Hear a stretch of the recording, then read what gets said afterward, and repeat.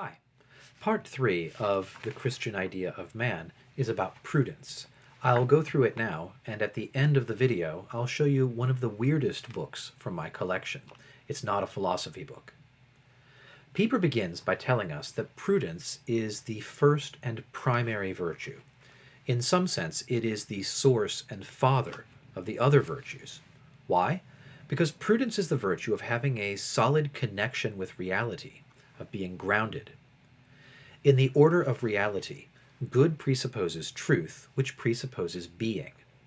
Being, a good, ethical goodness, flows from knowing the truth about the way things are, having real contact with objective reality.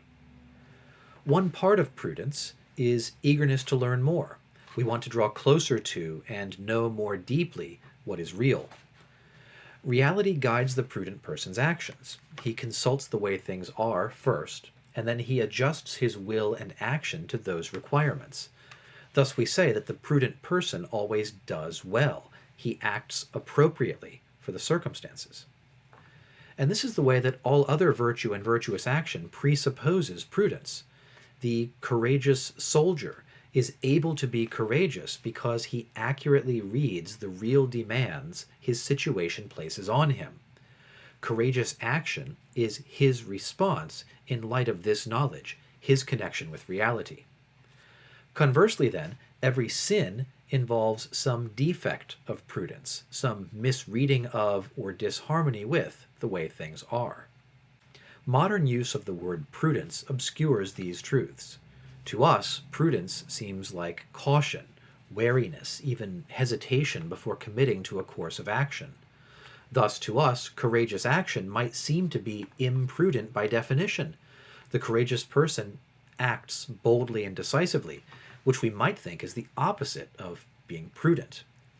The truth, Pieper writes, is that all just and courageous action, all good action at all, is just and courageous and good because it corresponds to the divinely created truth in real things. And this truth contained in real things finds fruitful and definitive expression in the virtue of prudence. On this theory of prudence, moral education means training oneself to see reality accurately and to bring it to bear on one's actions. I'm reminded here of Flannery O'Connor's statement that writing means opening your eyes wide and describing what you see. Prudence also allows us to overcome moralism. Moralism is the violent separation of duty from being, proclaiming something as obligatory without seeing and making visible its link to being. Moralism says we are obligated to do action A simply because A is our duty. Prudence says good is what accords with reality, and we are obligated to do A because A corresponds to the way things are right now. Pieper ends this section with a psychological observation. Prudence can be summed up in the medieval formula, a man is wise if all things taste to him as they really are. That is, his judgment grasps what is there without distortion. There is a certain kind of mental illness today, for Pieper, 1949, in which a person cannot taste things as they really are, but, so to speak, tastes only himself in every experience. This person, Pieper tells us, has lost his mental health, and with it, any possibility of acting with justice or any other moral virtue. He is cut off from reality and locked within himself. Pieper suggests that a whole category of mental illness can be understood as this self-centered non-objectivity. That brings us to the end of part 3. Part 4 is about justice. We'll talk about that in the next video. And now, as I promised, let me show you this very strange book that I have. It is, are you ready? Puppets Go to Church. Okay, take a good long look. Okay. Puppets Go to Church. This was written by Wilma Powers Perry and Earl Perry. It was published by Beacon Hill Press of Kansas City, Missouri in 1975.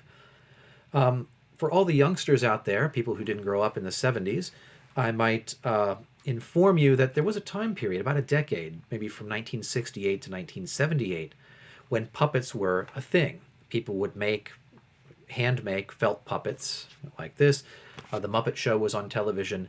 This got into children's entertainment. It got into elementary schools. It was used as an educational vehicle, including, it seems, at churches. Back copy of the book says, puppetry has become a popular medium by which to convey gospel truths to audiences both old and young. The Perrys have found it to be an exceptionally effective way to present the regular children's sermon at their morning worship service. In this two-part book, they give us first the how-tos of puppetry, and then 19 complete scripts which they have used with their handmade puppets and screens. The first 20 pages or so of the book are a description of puppetry, different kinds of puppets, how to use puppets in church settings, some diagrams for building a stage, a puppet stage, advice about building characters. The last 50 pages are puppet scripts. Here's a photo of the authors with some of their puppets. Okay. And those. And then the rest of the book is just scripts that I suppose you can adapt to use in your church. These are very simple things for small children, making new friends, learning to deal with new environments, different ideas of self-worth, different 60s and 70s messages that might be communicated to children using puppets. So that's probably the weirdest book that I own. I've been unable to give it up despite the fact that it's kind of horrible. In part, I just can't look away from this cover. There's something about the puppet on the cover, whether it's the expression or the shirt, the fabric of the shirt, or that fake plastic church that the puppet is grabbing onto. I can't bear to part with it, so Puppets Go to Church, one of the weirdest books in my collection. Thanks for watching all the way to the end. That's all for today. Thanks for watching. Goodbye. Oh man, Puppets Go to Church.